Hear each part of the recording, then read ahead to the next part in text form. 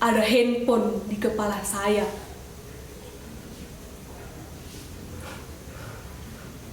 Setiap malam, setiap kali saya membuka buku-buku itu,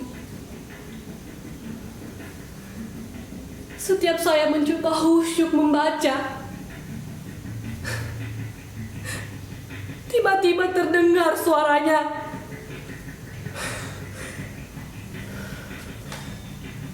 Ini terjadi sejak ayah membuat peraturan baru di rumah ini, melarang handphone di malam hari. Dan saya harus menyerahkan benda pujangan itu pada ayah. Maka saya akan duduk di bangku itu, menghadapi buku-buku yang bisu dan tak asing itu, sampai saya tertidur. Sebentar lagi, sekitar 15 atau 20 menit lagi, ayah atau ibu, mereka akan patroli datang ke kamar ini. Itu artinya saya harus duduk di bangku itu membaca. Tapi sebelum hal itu terjadi, izinkan saya berbagi cerita kepada hadirin sekalian, baik yang hadir langsung menyaksikan nasib saya di kamar ini, maupun melalui Zoom.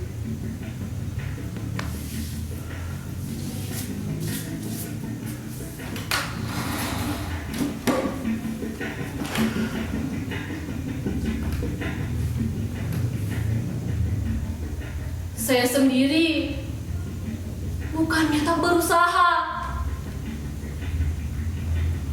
bahkan segala daya upaya sudah saya kerahkan untuk bisa membaca buku dengan khusyuk dan bahagia.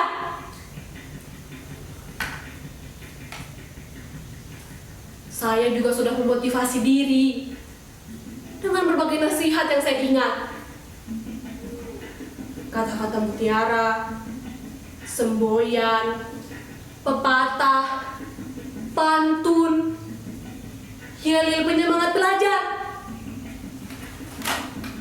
hingga kritik tajam para pakar mengenai bahaya kecanduan handphone.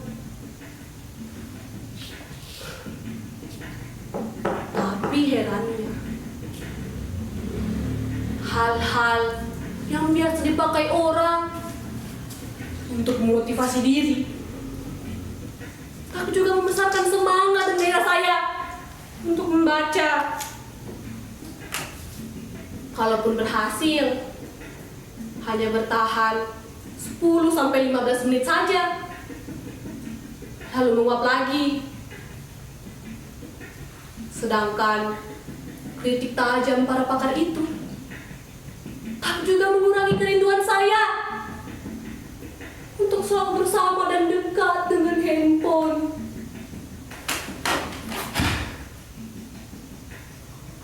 Kalau saja mengubah diri bisa dilakukan serenyah ceramahnya Mario Teguh, mungkin saya tak menderita begini lagi.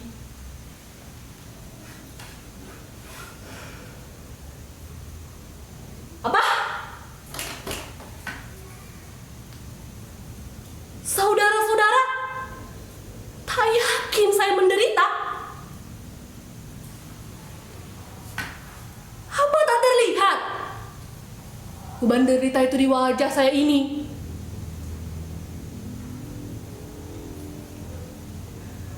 Di sorot mata saya ini?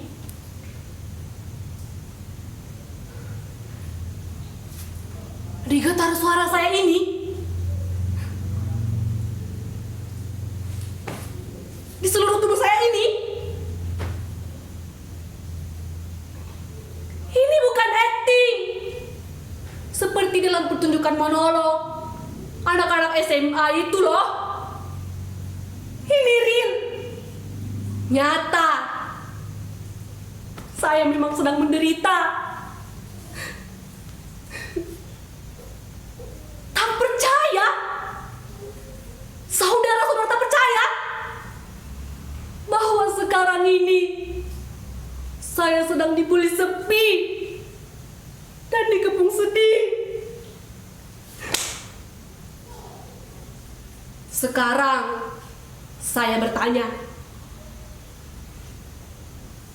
siapakah di antara hadirin yang mau dan mampu berpisah dengan apa yang menjadi bagian dari diri hadirin sendiri tanpa merasa teraniaya rasa hampa? Tak ada kan yang mampu.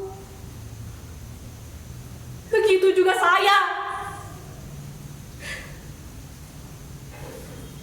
Sebuah handphone bukan lagi sekedar benda biasa. Dia adalah salah satu bagian dari diri kita, bahkan hidup kita. Pagi, siang, sore, bahkan malam, dialah yang selalu setia di sisi kita tanpa keluhan sedikit pun. Asalkan baterai dan kuotanya cukup, dia akan melayani kita apapun kemauan kita dan kemanapun kita ingin tamasya. Dia bersedia.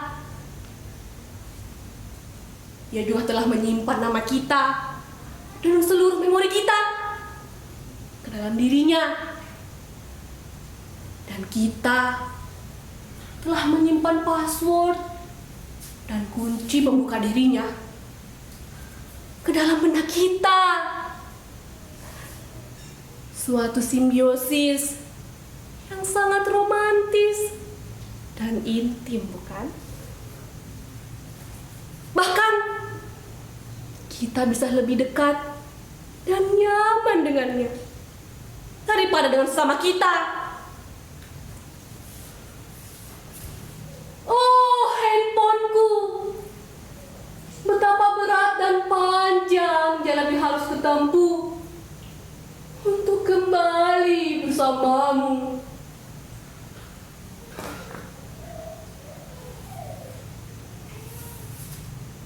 Sejak pertama saya mengerti membaca dan menulis, saya sudah menuliskan nama saya ke dalam dirinya.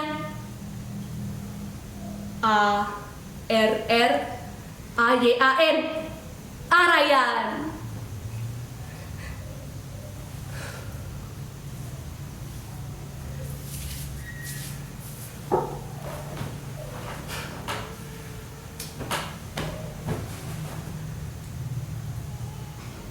Jadi, bagaimana sekarang? Sudah cukup jelas bahwa saya menderita.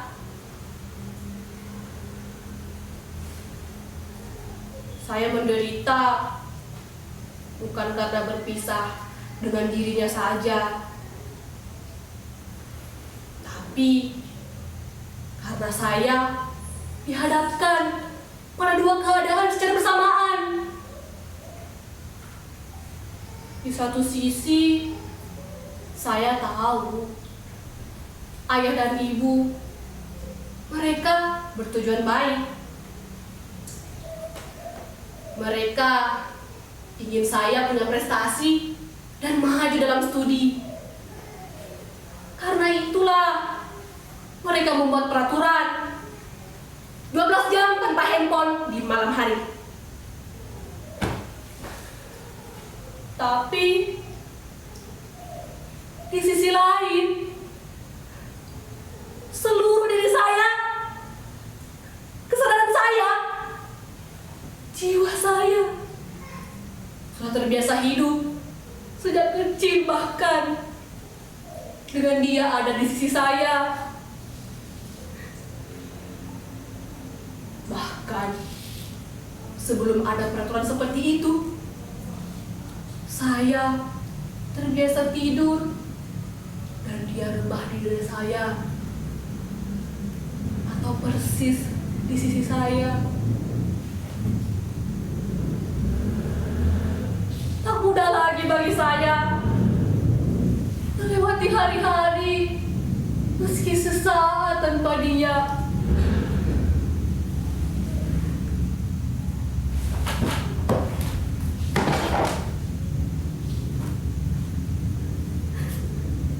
Tak ada yang lebih membahagiakan selain mendengar suara renyah dan tiangnya.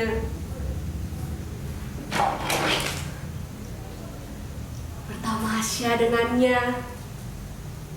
Kemanapun saya ingin mengunjungi situs-situs atau menikmati menu-menu lezat yang ditawarkannya. Ia juga membuat hidup kita menjadi amat mudah, simpel, lebih cepat.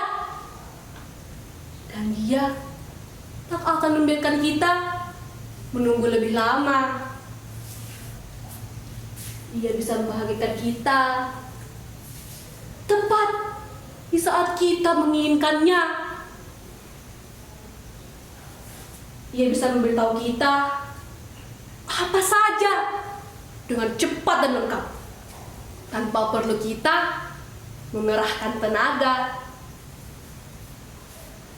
Bahkan kini, ia memiliki banyak sarana yang bisa menjamin kesejahteraan kita dalam tempo yang sesingkat-singkatnya. Jadi bagaimana bisa saya bersabar dan berlama-lama dengan buku-buku bisu itu untuk menata masa depan? Itu sangat menghabiskan waktu, tenaga, dan pikiran. Saya sendiri sebenarnya pernah hampir berhasil tidak terlalu bergantung padanya, selain untuk hal-hal penting saja. Tapi saat saya memergoki ayah dan ibu pada suatu malam, duduk asyik dan begitu intim dengan handphone masing-masing, saya jadi merasa dikhianati. Sejak saat itu, kemampuan saya untuk berpisah dengannya semakin menurun. Bahkan kini ia ada di dalam kepala saya. Dia jadi seperti denyut dalam jantung saya. Saya sudah teramat dalam mencintainya. Araya, jangan terlalu dalam. Jangan terlalu dalam cintainya.